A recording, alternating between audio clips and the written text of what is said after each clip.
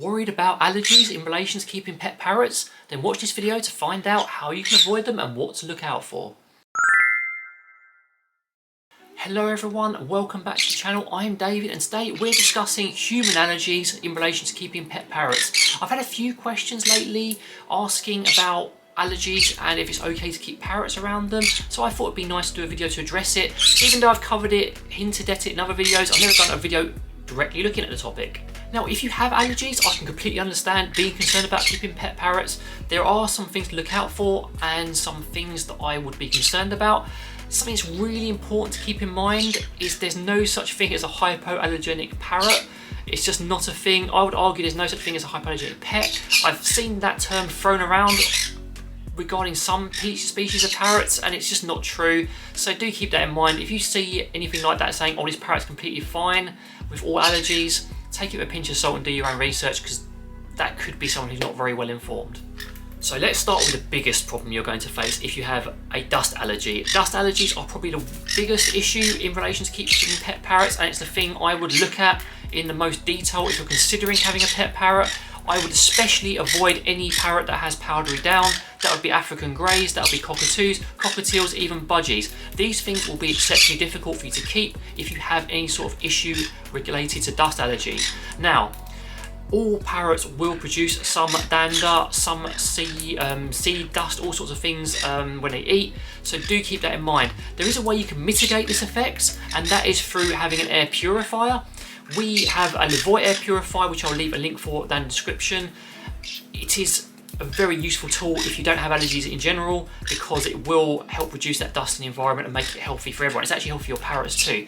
But if you have any kind of dust allergy or anyone in your family who has that sort of thing, I would be very, very cautious about investigating what parrot to get and avoid any parrot with powdery down, because that will probably exacerbate it and make it worse. Now, another allergy I'd be very mindful of if you're considering a pet parrot or have relatives visiting who may have these allergies is nut and peanut allergies. Now, you wouldn't think that peanut allergies would be an issue, because really you should not be feeding your parrot any type of peanut. It's no good for them.